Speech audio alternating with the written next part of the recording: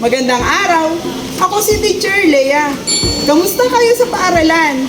Ginagawa niyo ba agad ang inyong takdang aralin pag-uwi niyo sa inyong mga bahay? Mabuti kung ganon. Ngayong araw ay may ikukwento ako sa inyo. Ito ay may pamagat na madali lang yan. Ito ay kwento namin ni Teacher Eloisa A. Elemento at siya rin ang gumuhit nito. Makinig kayong mabuti ha!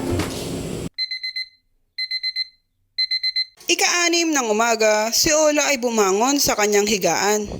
Ola, mag-asikaso ka na. Gawin mo na ang takdang aralin mo dahil ipapasa na yan bukas, sabi ng nanay niya. Opo, Nay! Sagot ni Ola. Ika-7 ng umaga, si Ola ay nagtungo sa kusina at kumain ng almusal. Kakain muna ako. Madali lang naman ang gawain na binigay ni teacher. Bulong ni Ola sa sarili.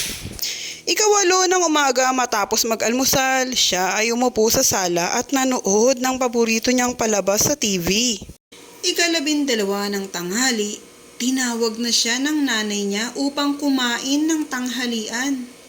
Ola, tapos mo na ba yung pinapagawa ng guro mo? Tanong ng nanay niya. Hindi pa po. Madali lang naman yun eh. Mabilis ko lang matatapos yun, Nay. Matapos mananghali, siya ay nagtungo sa kwarto at naglaro ng tablet. Siya ay naglaro hanggang makaramdam ng antok noong ika-3 ng hapon. Antok na ako. Mamaya ko na lang gagawin yung sinasabi ni nanay. Madali lang naman yun eh. Bulong niya sa sarili.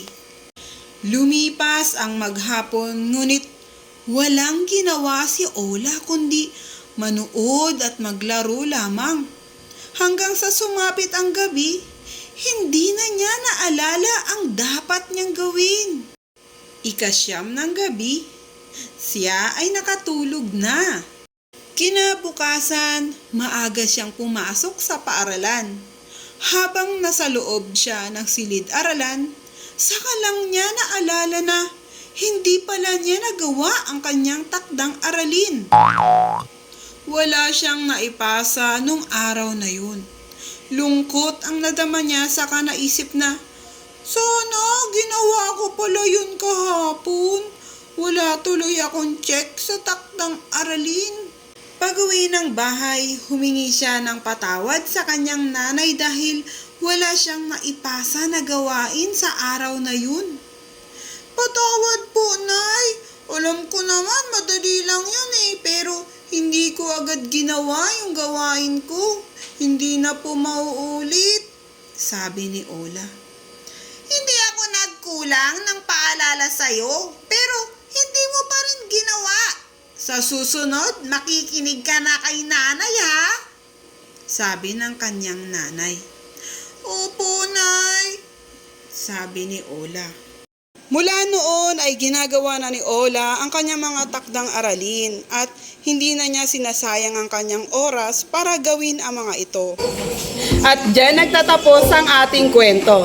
Sa kwento natin na may pamagat na madali lang yan, ipinapakita nito na dapat pahalagahan natin ang bawat oras natin sa buong araw. Gawin natin ang dapat nating gawin. Madali man yan o mahirap upang sa bandang huli ay hindi tayo magsisi. Nawa ay may natutunan kayo sa ating kwento ngayong araw. Muli, ako si Teacher Lea. Kita-kita muli tayo sa susunod nating kwento. Paalam!